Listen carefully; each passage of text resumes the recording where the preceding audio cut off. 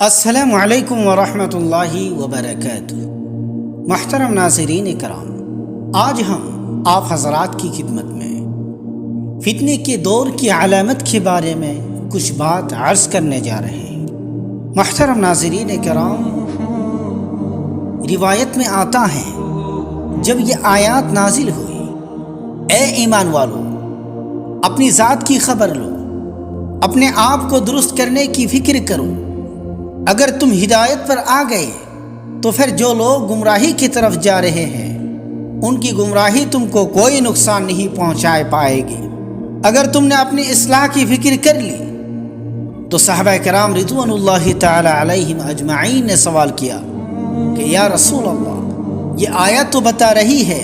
کہ بس انسان صرف اپنی فکر کرے اور دوسرے کی فکر نہ کرے، اور اگر کوئی دوسرا شخص غلط راستے پر جا رہا ہے تو اس کو جانے دے، اس کو امر بالمعروف اور نہی عن المنکر نہ کرے، اس کو تبلیغ نہ کرے، جبکہ دوسری طرف یہ حکم آیا ہے کہ امر بالمعروف بھی کرنا چاہیے اور نہی عن المنکر بھی کرنا چاہیے،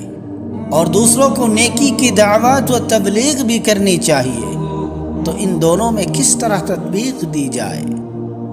جواب میں آپ صلی اللہ علیہ وسلم نے فرمایا کہ وہ آیاتیں بھی اپنی جگہ درست ہے کہ امر بالمعروف اور نہی عن المنکر کرنا چاہیے اور دعوت و تبلیغ کرنی چاہیے، لیکن ایک زمانہ ایسا آئے گا کہ اس وقت انسان کی ذمہ صرف اپنی اصلاح کی فکر باقی رہے گی، اور یہ وہ زمانہ ہوگا جس میں 4 علامتیں ظاہر ہو جائیں گی۔ پہلی علامت یہ ہے کہ اس زمانے میں انسان اپنے مال کی محبت کے جذبے کے پیچھے لگا ہوا ہوگا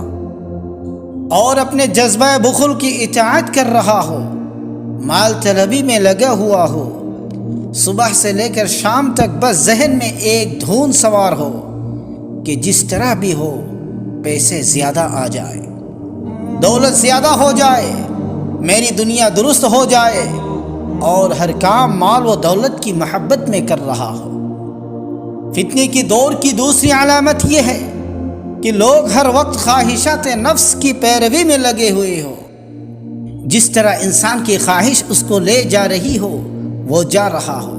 یہ نہ دیکھ رہا ہو کہ یہ کام حلال ہے یا حرام ہے، اور نہ یہ دیکھ رہا ہو کہ یہ جنت کا راستہ ہے یا جہنم کا راستہ ہے، یہ اللہ کی رضامندی کا راستہ ہے یا ناراضگی کا راستہ ہے۔ ان سب چیزوں کو بھول کر اپنی خواہشات نفس کے پیچھے دوڑا جا رہا ہو۔ فتنے کے دور کی تیسری علامت یہ ہے جب دنیا کو آخرت پر ترجیح دی جانے لگے، یعنی آخرت کی تو بالکل فکر نہ ہو، لیکن دنیا کی اتنی زیادہ فکر ہو کہ لاکھ سمجھایا جائے اور بتلایا جائے کہ آخرت آنے والی ہے، ایک دن مرنا ہے اور قبر میں جانا ہے، اللہ کے سامنے پیشی ہوگی۔ ساری باتیں سمجھانے کے جواب میں وہ کہے کیا کرے، زمانہ ہی ایسا ہے، ہمیں آخر اسی دنیا میں سب کے ساتھ رہنا ہے، اس لیے اس دنیا کی بھی فکر کرنی چاہیے، گویا کہ ساری نصیحتوں اور وعظوں کو ہوا ہی میں اڑا دے اور ان کی طرف کان نہ دھرے اور دنیا کمانے میں لگ جائے۔ فتنے کے دور کی چوتھی علامت یہ ہے کہ ہر انسان اپنی رائے پر گھمنڈ میں مبتلا ہو، دوسرے کی سننے کو تیار ہی نہ ہو، اور ہر انسان نے اپنا ایک موقف اختیار کر رکھا ہو، اسی طرح وہ مگن ہو کہ جو میں کہہ رہا ہوں وہ درست ہے اور جو بات دوسرا کہہ رہا ہے وہ غلط ہے۔ جیسے آج کل یہی منظر نظر آتا ہے کہ ہر انسان نے دین کے معاملے میں بھی اپنی ایک رائے متعین کر لی ہے کہ اس کے نزدیک کیا حلال ہے اور کیا حرام ہے، کیا جائز ہے اور کیا ناجائز ہے، حالانکہ ساری عمر میں کبھی بھی ایک دن بھی قرآن و حدیث سمجھنے کے لیے خرچ نہیں کیا، لیکن جب بھی اس کے سامنے شریعت کا کوئی حکم بیان کیا جائے تو فوراً یہ جواب دیتا ہے کہ میں تو یہ سمجھتا ہوں کہ یہ بات صحیح نہیں ہے، فوراً اپنی رائے پیش کرنی شروع کر دیتا ہو۔ اسی کے بارے میں حضور صلی اللہ علیہ وسلم نے فرمایا کہ ہر شخص اپنی رائے پر گمنڈ میں مبتلا ہوگا۔ بہرحال